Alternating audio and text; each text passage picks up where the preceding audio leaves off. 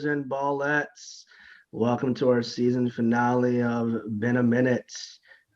Producer P in the house. We have our co-host, Coach Oli. um, Coach Anand sends his regrets, and family members came up with him. So our thoughts and prayers with Coach Anand during this difficult time. We're with you. We support you. We love you, and we'll see you back in season 2. We have a jam-packed show for everyone today. It's bittersweet for us. Bitter that this is the season finale, but sweet. But we'll return in season 2. We have some special guests and some special things for you guys for season 2. We'll get to that later in the show. Like we said, it's our season finale. Before we get into the topics, Coach Oli, what were your thoughts towards season 1 with our guests? Who's your favorite? What do you take away from it? Well, we had so many amazing guests throughout season 1. We had a bunch of players and coaches, and then these players and coaches played at all sorts of different levels, and also everywhere around the world, like globally. We had Coach Joe Bustos from Yep. the States, and she went to go on and play pro basketball in Greece, and that was really cool. Um, that would probably be my favorite guest, just because we see basketball perspective, not from the WNBA or NBA side, but from internationally in Greece Yeah, that and was her amazing. experience there.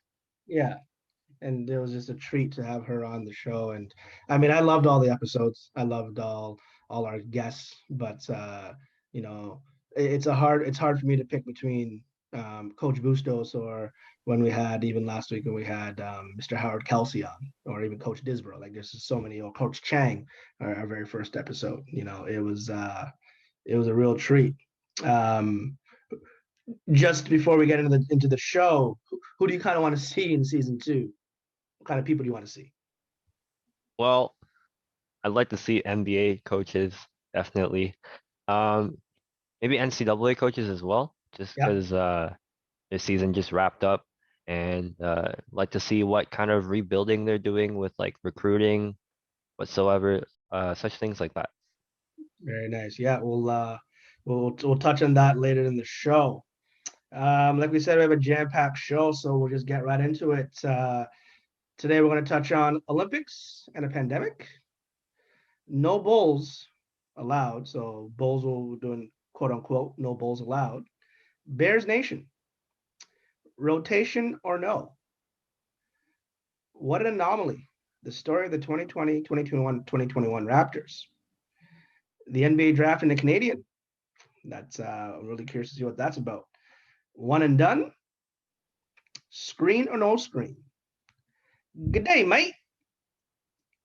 In Russ, we trust. And obviously, we'll get into our possession questions, possession 24. So, coach, right off the bat, it's Olympic year.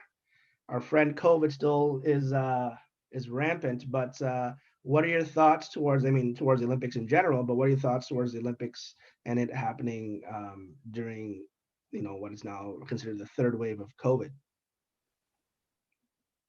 I mean, so the Olympics would be held during the summer, right? Like Summer if it Olympics, yep, were to and happen, yep, and you know roughly when.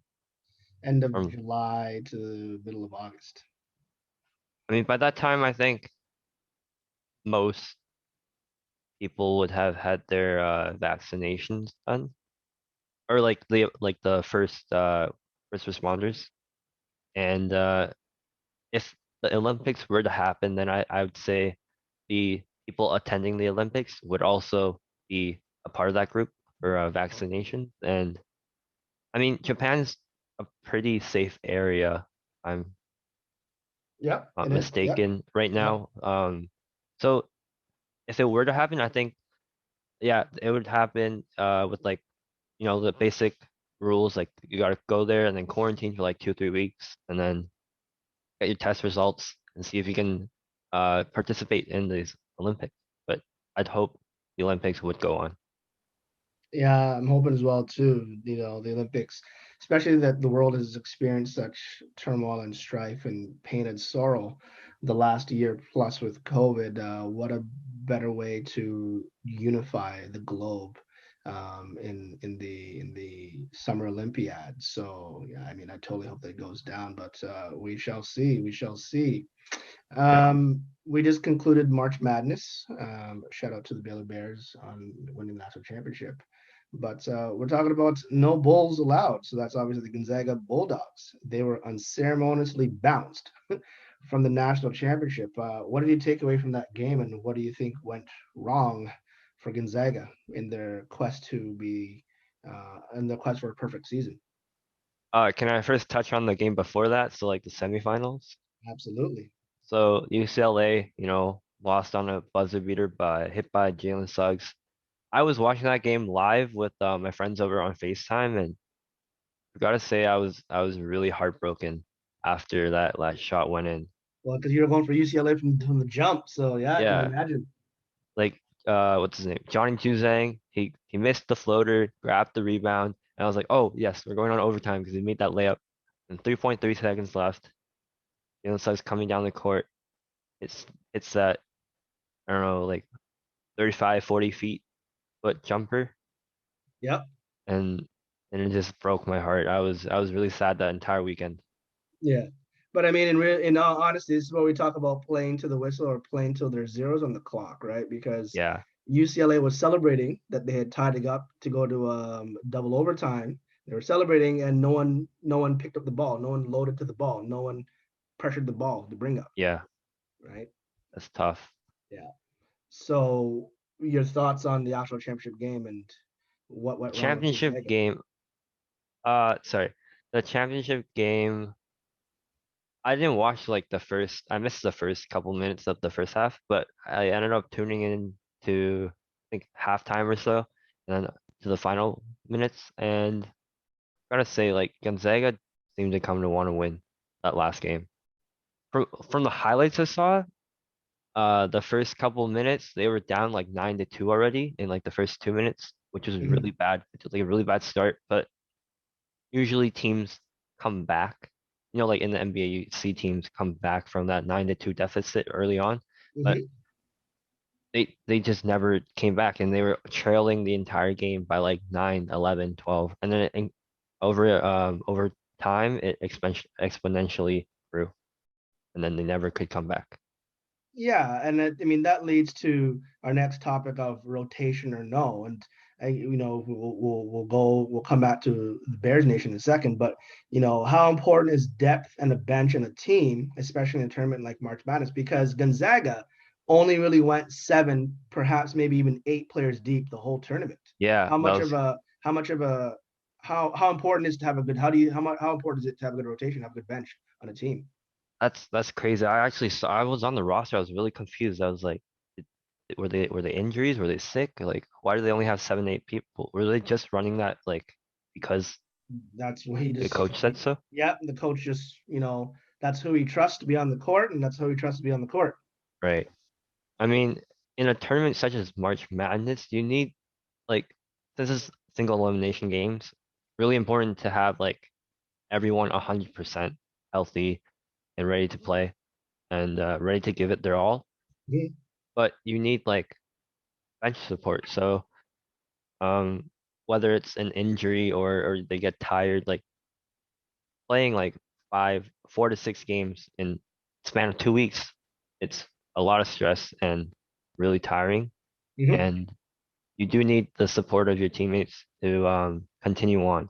And that's basically how my team in my senior year was really good, or we were really successful because our team was really deep and we couldn't like really replace a starter, but we could sustain what they were doing for a couple minutes until they could come back and like regain their strength Yeah, and continue. But yeah, so March Madness is really about having who has the strongest team overall. yeah. Yeah. And it's a thing of guard play. You know, we talk about Bears Nation and Baylor. Their guard play, they're led by their guards, but I mean they have they have their bigs and their balanced team, but they're a deep team because Baylor went 9, 10 guys deep. I mean, also Yeah. because they got guys in foul trouble too, so they had to go. But all tournament, Baylor was able to, you know, the starters would come in and then the bench would come in and they would sustain or maintain.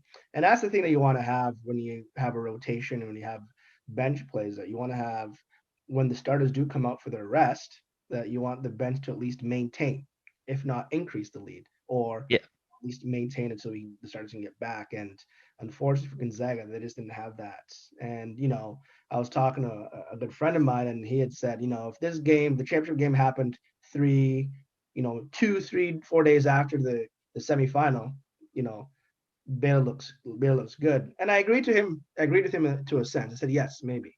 But I think also the strength of schedule in the WCC that Gonzaga is in versus the Big 12 is Baylor showed up for a street fight and Gonzaga did not.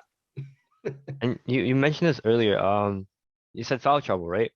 Yeah. And in the case of that, like Gonzaga would be in really big trouble. And in case of like a fight or something, and like people get like ejected, who are you gonna put on if you're Gonzaga? Like you're Mm-hmm. gonna put on the people that haven't played a game in like 3, 4 weeks, like that have no. Have they? Was it just March Madness that they only ran 7, 8 players, or No, was it the even whole throughout season? this is throughout the year. But I mean, the thing about doing the regular season with them is that they'd be blown out teams so that the bench would get into the games. Right. But Exactly. you're not playing those meaningful minutes like you want, like you'd want as a coach, right? Yeah. It's tough, but I mean, shout out to Coach Scott Drew over at Baylor. He built that program from they were in ruin, they're in turmoil. They had all sorts of NCAA violations. And interesting story about Coach Drew there is that when he got the job at Baylor, the school self-imposed a playoff ban because of the NCAA violations that they had. So I think that was 2 years, if I remember correctly. It was 2 years that they had of self-imposed ban. So he negotiated his contract to say, "Hey, listen, my contract, quote unquote, doesn't officially start until after our playoff bans." And he built that program from ruin to now champion. So I mean, that game was just it was a street fight. Yeah. Definitely. Hit him in the mouth, and Gonzaga didn't know how to play, didn't know how to Baylor. respond, right? Yeah. Baylor never looked back. Never looked back. And that's the thing when you talk about strength of schedule, is that I mean, in fairness, they were supposed to have played each other back in December, but Got COVID outbreak canceled. canceled that Yeah. game. But if you look at it, I think the only real test that Gonzaga had this year, other than BYU, and they still came back and pummeled them, was when they played West Virginia and they beat them by 9. But every other, I think it was like, if I remember correctly, 27 of their games or something like that, where they won by double-digit points. They lost two, right? They lost one. Well, they lost 2 games all year. One game in this. Oh. No, they didn't lost. No, they only lost one game. This was the loss. The only loss this year was this Oh. championship game. They were Oh. undefeated. They Okay. were trying to the 1976 Indiana Hoosiers. They were trying to match that, and unfortunately, when you lose that one game and then you lose it in the championship, it hurts even more, right? Yeah. Exactly. Yeah.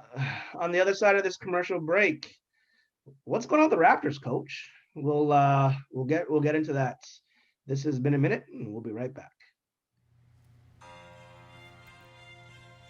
This podcast episode is brought to you by Form Basketball Academy, located in Vancouver, BC. Form Basketball Academy offers multifaceted programs, including one-on-one private training and film study, with NCCP nationally certified coaches. To find out more information about this and other program or league opportunities, check them out at formbasketball.com. Form Basketball Academy. Become your best with us. All right, welcome back, ladies and gentlemen, boys and girls, to Been a Minute. We have co-host Coach Oli on the call. Coach, you still with us there? Yes, sir. In the first part of the show, we talked about the Olympics and talked about no bowls allowed. Talked about Bears Nation and having a strong rotation. This year's Raptors team is very confusing to me. What do you? They're an anomaly. I use that word. What do you think is wrong with them, Coach? Well, I haven't watched that many Raptors games this year, but one thing I'd say is Pascal Siakam. Oh, And okay. a lot of people are gonna hate me for saying this, but I just don't think he belongs on the Raptors. Oh, He's a shots really good fired. player. He's a really good player, but I All just right. don't think he fits in with the system. And I'm saying that because he's had like four or three or four attempts to win games on like game-winning shots. He's had three or four of them. He hasn't hit a single one. All right. But Now he's that's also noted. dropping like all-star numbers, like I'd say 22 to 25 points per game. Hmm. But that's only because they're losing constantly. And I think the trade that they did like a week or two ago with Gary Trent Jr. and did Rodney Hood go on the Raptors as well? Rodney Hood did. Yep, he is. He's Yeah. hurt now, but So, he was there. Yeah. but they're both their players are really really good. Gary Trent Jr. Especially is I feel like he's underrated. I've seen him on the Portland Trail Blazers and he can knock down. He's a sharpshooter for sure, and even a shot creator as well. So I feel like he would fit in very nicely with the Raptors, and he also hit that game winner the other day. Yep. Against Washington. Yeah, So do you think what's wrong with them is it, I guess it's part A, part B. chemistry. Is it style of play or is it loss of basketball IQ? Because consider this, they lose Norm Powell now, he's been traded away. But Yeah, prior to the season, they didn't re-sign Serge. They didn't re-sign Gasol. And those two players, those two bigs especially, are high IQ veterans who've been around the league and who've been around the Raptors and who are on that championship team. Now, if we go back to that championship team in 2019, you lose Danny Green. We've talked about Serge and Gasol, and then you lose Kawhi. So, is it the style of play that they're playing is their issue, and the new guys just don't fit their style of play? Is it the loss of basketball IQ, or is it a bit of A and B? I think it's both. I have to say it's both because style of play. I think they kind of used Marc Gasol and Serge Ibaka, kind of like Jokic, how Jokic plays. And whenever I see Marc Gasol in the post, he's always like posting up, looking to pass the ball for open cutters And directing traffic. or Yeah. yeah, and hitting open threes sometimes. Uh, Well, and yeah, like not certainly the bubble. His three yeah, ball yeah, gets yeah. safely, But but like prior to that, regular yeah. season, prior Yeah. to that, yeah. Um, if you need like even Serge Ibaka could shoot the three as well. Hmm. Um, their bigs right now can't really shoot threes besides like Chris Boucher, Hmm. but is he on limited minutes? I think No, he's not limited minutes. He's just there's sometimes he's inconsistent. That's the he has inconsistency ups there. and downs for sure. Yeah. So it's the Yeah, ups and the downs, and they're getting nothing from Baines at the 5 spot when he starts or when he even comes off the bench. He misses too much layups, and it drives me nuts. And I just shake my head when he gets the ball. I'm like, oh man, it's gonna be a missed layup. who's the rookie Fletcher or Oh, oh, Malachi Flynn. oh yeah Malachi Flynn? Yeah, Malachi Flynn. I like his he's really game. good. When he played in He's San really Diego, I saw him in the yeah, summer San league. Diego State. He's a good Yeah, player. He's a good he's player. a I good like him. addition to the team. Yeah, but again, it's one of those things where it's undersized guards. He's undersized. He's 6 foot, Definitely. 6'1", if that, right? Yeah, When you compare now to look at Charlotte, for example, LaMelo's 6'6". You look at LeBron. A lot of times he plays point forward. He's 6'9". yeah. The league is trending to the bigger guards, and you know if you're gonna have someone like Malachi, and he's a rookie, he'll learn. He'll learn. Definitely. Because Freddie's tough, and Lowry's Lowry. I mean, Lowry's just a monster for them. Lowry's the GOAT, greatest Raptor of all time, Yeah. and Yeah. it's one of those things where it's like, do they change their style of play? Or if you have your style of play, do you got to go get those players that match your style of play? That is the operative question. We'll see what happens rest of the season. Hopefully they can sneak into the play-in tournament or even get as high as sixth so that not to play in that tournament. because you don't want to be now in the 7th to 11th seed or 7th to 10th seed actually for that play-in tournament, because who knows what happens at that point in time. Then you got to play those games. Then when you finally get in, now you got to go play, you know, Number either 1, number 2. Philadelphia or the Nets or even maybe the Yeah. Bucks in the first round. That's Right? tough. It's very tough. So they're a good team. They have a great coaching staff. I know quite a few coaches on the Raptors coaching staff, and I have much love for them. And I just hope they can turn around for the rest of the regular season and get into the playoffs and do some damage. You know, they have the pieces in place. Can those pieces come together? And can Spicy P, can Siakam really put it all together? We shall see. Obviously, with the NBA still going on, as the season rounds out, the NBA draft will be upcoming. And there's a Canadian from BC who's declared for the draft. Fardas went to Steveston, London. He's currently playing the NCAA at Utah Valley. Do you think that's good for him? He's 6'10", probably about 260, 270, and it's good. It's good for, I think, if anything, it's good for the local scene and kids to see. What are Yeah. your thoughts of that, if you have any? I've heard of him. I remember hearing him back when I was in grade 8 or 9. He Yeah, was like dominating the scene in AAA. yeah. And I think did he win I think he won, right? Or was he, I know he was in the finals, but did he win the provincial champion? One day, it seems no, they did not win. Oh, okay. No. But yeah, I've seen clips of him playing. He's a crazy player. He's almost like 7 feet. And honestly, I think it'd be good for him because like most 7-footers are pretty like slow these Mm-hmm. days. Like you see Taco Fall, you see Bull. They're like lengthy, but like it's hard to control their body. And I think if he goes to the G League, he can adapt to the environment there, like the professional basketball environment, The style of as play, like a yeah, big and yeah, learn from there, learn from like the vets, and then potentially move on to the NBA from yeah. there. And I think that's with him. It's I coached against Fardas when I was at Kits, Yeah. and he was a load. He was a load to handle, and very good player, and nothing but good things to say about him. So we wish him nothing but the best. But I guess worst case comes to worst case with him. He gets this experience, and he can always go back to college because there's a certain date that you have to you can then drop your pursuit of the Yeah. NBA. So if he doesn't like what he sees, or at least he get the experience, he gets to work out with the NBA teams, And they workouts, they tell him what he needs to work on. So I think it'd be good for him. It'd also be good for Richmond. Steve's Lawson out in Richmond, and it'd be good for kids who are local to see what actual hard work and dedication, and with a bit of luck as well too, but more so with hard work and where you can go. The sky's the limit.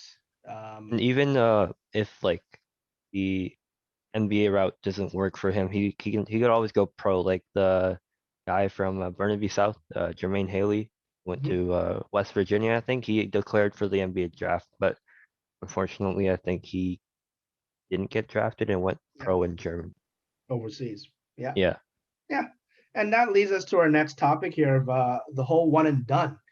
Because when I was in high school, I got scouted by all sorts of schools down in the States, and it was fun to go through that experience. And back when I was, back when we called the dinosaur years, you got your scholarship for 4 years, right? yeah. And now in this one and done era, um, guys and gals, but especially on the men's side, you get your scholarship, but it's 1 year plus. So which means that you get the 1 year, but it renews each year. So each year after the season ends, you have an exit interview with your coaches, and you talk and whatever it is, and then okay, yeah, we'll bring you back next year. But I'm gonna say something that's probably gonna get me people gonna get mad, but I don't think there's any loyalty anymore in this Yeah. day and age. Players are moving all over the place, and it's hard to build a program when in the NCAA, when guys are one and done, one and done, one and done, one and done. So why do you think? I guess the question I should ask is, why do you think that players aren't staying 4 years now to not only play basketball for 4 years, but also get their degree. Why do you think this is the case of the one and done? What's your thoughts? Well, they want to earn money because in the NCAA, I don't think they Nope. get the NCAA doesn't pay the players any money. Well, that's the And ongoing thing right now is like, should, the likeness and image, should they get paid? So, but as right now, they don't get paid for their likeness and image, correct? yeah, and that motivates players to leave and go play pro or even go to the NBA. But like as far as loyalty goes, like transferring in the portal, I'd say like players want to win and they want to go to the best programs that they think is best for them. I think Javon Quinterly, he committed out of high school, he committed to Villanova at first. I remember that. And then he went there and averaged like very low minutes and very low points, like maybe 2 points per game. Mm-hmm. He hated it there, exactly. And he ended up transferring to Alabama and like he's now like a six man off the rotation and doing really good. And he played really well against UCLA. Yeah. And yeah, you talk about, getting minutes and guys wanting to win. And every basketball player, whether you're a boy or girl, you want minutes, you want to play, right? But do you think that sometimes that players are too quick to make decisions and they have too many people in their ear saying, hey, go play here, go play here, go play here, and they don't really want to commit to a team? So it's like, oh, don't like what the coach does, I'm in the transfer portal, let me go somewhere else. What are your thoughts of that? Yeah, I think definitely too many people in their ears. Like but it could be a good thing, like maybe their friends want them to go like team up together at a certain school. So they could build like a super team, as we call it. Like Zion, like in high school, Zion was teamed up with Cam Reddish and Archie Barrett, Yeah. and then they were all three All-Americans. And they went up to team up. Oh, and Trey Jones, Mm-hmm. and then they made a super team. Uh, and then also like Tyler Hero, he wasn't he originally gonna go to Wisconsin, like a Wisconsin school? I forgot. Mm-hmm. And then he decommitted because well his city wanted him to go there. Mm-hmm. And then after he decommitted, he went to transferred to Kentucky and was like he got a lot of backlash from that, just like his cities. Apparently he got like a lot of death threats to his house, Oh which was wow, did he? really, That's really crazy. bad. Like tomatoes thrown at his house, everything. Really bad. Wow. People gotta relax. Yeah, it was Gotta bad. And relax. Wow. I'm pretty sure it made him move Yeah. somewhere else. Yeah. Yeah, no, fair enough. And that's the thing is like, we're not experts. We're just, having what would say shooting the breeze. And for me, I know I looked at the transfer portal and I was just like, wow, that's a lot of players in Yeah. that transfer portal. And that doesn't even include the grad transfers. The grad transfers I get, that's different because, they don't allow you like USports to play your 5 years. You don't get 5 years eligibility to be at the same school. So after you graduate from one school, you got to go to another school. That's understandable. But it's going to be interesting to see this year, this transfer portal coming up in this spring, who's going to go where for next season. And I'll be curious to see where players land and, who goes NBA route and who goes transfers out.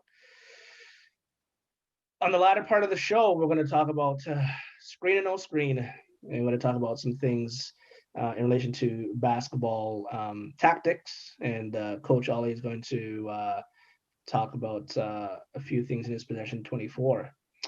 We're going to go to commercial break. This has been a minute. We'll be right back. This podcast episode is brought to you by Form Basketball Academy, located in Vancouver, BC.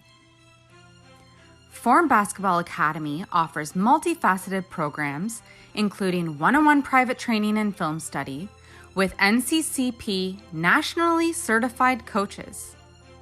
To find out more information about this and other program or league opportunities, check them out at formbasketball.com. Form Basketball Academy. Become your best with us. All right, folks. Welcome back to Been a Minute. This is our season finale. joined by co-host Coach Oli around still. Sir. And we send our heartfelt appreciation and big virtual hug to Coach Anand as he's just not with us today. Coach, we're thinking about you. We love you and we support you, and we're excited to see you back in season 2. Screen or no screen, and Coach Oli, we obviously I coached you when you played for us, but obviously you played enough basketball. And if we talk about the different types of screens, I guess maybe you say to me what the different types of screens there, between the 3 types, or well, it's usually just 3 types, and we can have a discussion about them. What types of screens are we talking about here, Coach? Are you talking about offensive side or defensive? Offense. Well, no, Offense. we'll go defense. We'll go defense. Defense? I like You defense. go you go under the screen, over the screen, or you hedge screen or like ice it, right? Yeah. So if we're talking about defensive tactics, is what we like to call, there's what you call the hard hedge. So hard hedge is hard hedge or shock the ball screen. So what that means is that once let's say Coach Ollie's on offense and I'm on defense, and my post defender is with his post offense guy. Anyways, screen is being set, whatever side. Basically, you engage, have your hand on the hip of the offensive guy. If the offensive player the guard takes the screen, you hard hedge and you try to push him out towards half court. Yep. And that's what we call shocking the ball screen, right? So you shock him back, right? A flat hedge is another type of ball screen tactic, is where you kind of flatten out. So you don't push him back out, you just make him go east-west. All right. And then what we call wait or drop coverage is where you have your post guy drop. And you do that if there's a poor shooter coming out and a guy that's like what we call a wade, who's looking to get downhill.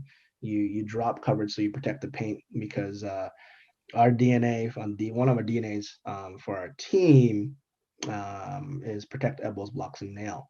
So you can't let anyone go middle. Those are the 3 main types. But then obviously you talked about offense. We have regular screen, we have rocket screen, go screen, ram screen. We Cross have screen, flare screen. cross screen, flex screen. There's all sorts of different screens, and then on top of that, we have a rescreen, and that's Yeah. something maybe we'll look to talk more about in season 2. But we wanted to talk defense, as we always talk. We like defense wins championships. I think maybe in Baylor's case, defense and offense won them the championship. But those are the 3 types of again ball screen tactics, and those are things that we teach here at Foreign Basketball Academy. We talk about good day, mate. We talk about the boomerang. And do you remember at training camp that we worked in the boomerang situation? Yep, I do. For those that are listening, maybe if you can explain to them what a boomerang dribble is. So a boomerang is when you have the ball and you see that you have a mismatch on you. So Yep. you kind of draw out yourself, draw the defender out, Yep. and then on the wing-ish, and then on the hash actually, and then you call boomerang, and then someone will pop out, you pass it to them, you cut in, and you cut out again to get the ball and get your pivot foot. So you have like you're not dribbling it, so you see everything, and you don't have to, you can protect the ball by holding it in triple threat position. Yeah. And then you're looking to get downhill after the case, attack it. So, what coach is talking about there is just a tactic that we work with our academy players at Form. We use it all the time at the university level. If there's a lot of switching defense, right? So now you have a guard going against a big, and that guard, like you said, he has the mismatch or she has the mismatch. You have, another guard pop. They kick it. The original guard takes a step or 2 back. They get the ball back and they go directly downhill, looking to pretty much blow by their. Oh, sorry, yeah, I said hop in, but yeah, Pop out. That's Pop right. out. Yeah, you pop out and looking to get downhill and basically just attacking the mismatch, what we call creating the point, create the 0.5 and attack the 0.5, attack will be in that mindset. And oftentimes we say that when you're looking to attack, there's two things you got to look to do. Either you got to score or get fouled. Yeah. Right? Or kick if you're able to kick it out with the defense. But the defense will come to help. You're looking to score, right? Being aggressive, we say play with force. In Russ, we trust, aka we trust. Russell Westbrook is going off right now. He just had his 20th double-double recently. What is going on with Russ? Is it a case where he's just loving being back with his original coach, Scotty Brooks?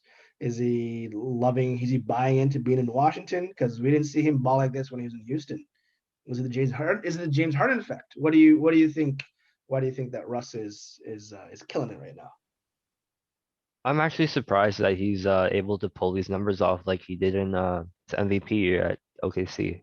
Because he still has to share the ball with Bradley Beal. Bradley Beal is like a shot creator type player, and whenever he has the ball, he will take like 10, 15 seconds of the shot clock trying to make a play. But Russell Westbrook, I think it's partially the James Harden effect, but also I don't want to say it in a negative way, but he's also stat padding in a way. But Okay. it's efficient stat padding, I think. As before at OKC, I think it was just like for the stats, but he's also at Washington, he's trying to win, but also stat pad at the same time. And that showed on the game where he had the triple double with 35 plus points, I think. Yeah, was it the one he talked about? He had 21 assists and 35 points. Yeah, that one. Yeah. So I think he's trying to make an effort to win, but the stats just come his way. Yeah, I mean, also too, Bradley Beal's out right now too, right? So who else is going to score if he doesn't score? Right. Right. So I mean, I think it's impressive anytime that anyone can get a double digits for assists. I mean, even if you're averaging 9 assists a game, that's still pretty good, and you're scoring 20, 30 points and you're accounting for all your team's points. One of the interesting stats I did hear though is that he is usually the primary assist guy. So he's not the one to get the hockey assist. And for those that don't know, maybe you want to quickly touch on what the hockey assist is, especially when it comes to basketball. I'm not sure about the hockey assist. You don't know the hockey assist, coach. How are you a coach? You know the hockey assist. Is it the assist? Like yeah, the assist. Yeah. Okay, yeah. So when you pass it to let's say it's a 3-on-1 situation, you have the ball and you pass it to one of the guys, and that guy passes to the third player that's going, and then he scores. So the first person, so you get the hockey assist, but the actual assist goes to the person you passed to originally. You passed it. Yeah, so you knew the hockey. Come on, coach. Yeah, I didn't know the term for it. And that's the hockey. Yeah, it's called a hockey assist because in hockey, same thing. I know it's the basketball podcast, but in hockey, if you have the puck and you now pass to player A now passes to player B, and he or she scores. The original person to make the pass gets the secondary assists. So it's just an interesting stat because what that means. So people are like, those of you listening, probably, what's the point? Who cares about hockey assist? Hockey assist is important. It's not about the primary assist because what it's saying is that when he comes down the court, now we're assuming that it's not just always transition because it's not always transition. But what it's saying that he's not really adept at moving the ball because he's only moving the ball to the guy that's going to score. Yeah. Does that make sense? He's not moving the ball to the guy to make the other pass, the other guy who's going to score. So those are the type of metrics that we look at, especially at the university level, the type of metrics that NBA teams track, university teams track, pro teams track. It's all part of analytics.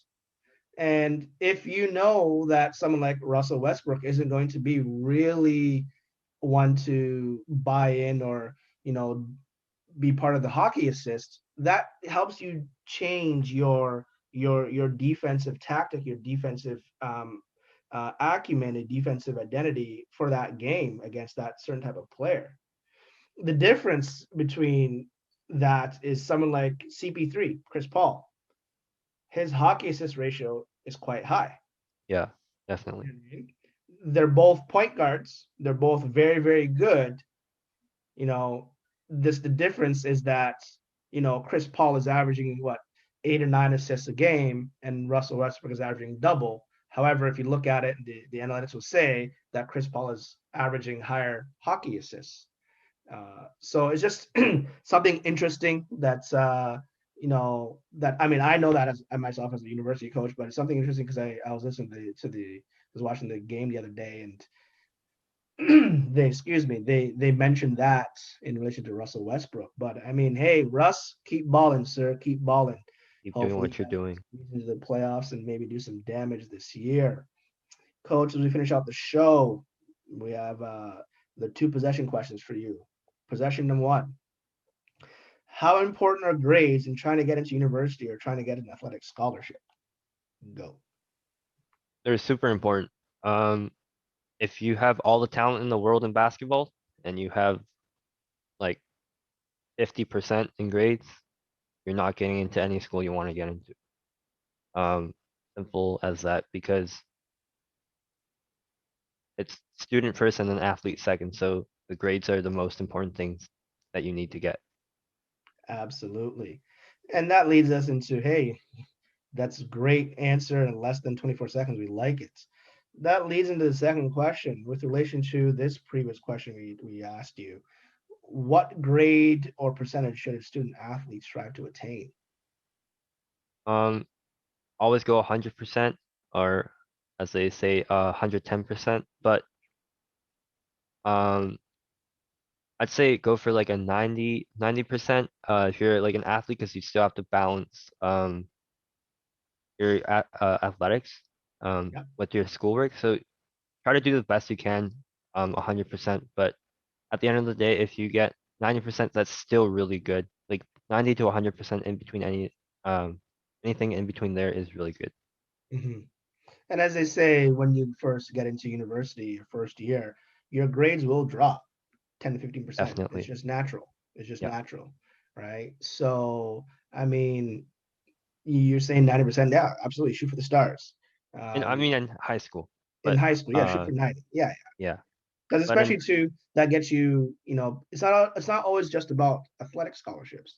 Maybe you don't go play basketball in post-secondary, but if you have a 90% average, you qualify for academic scholarships. yeah, definitely. You can definitely go to school for free, and that's the thing that, with our program here at Form, we're about the whole. So like Coach mentioned earlier, you're student first, athlete second.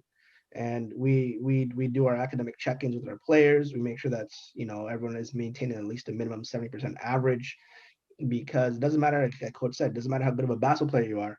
If you can't get into school, you can't get into school.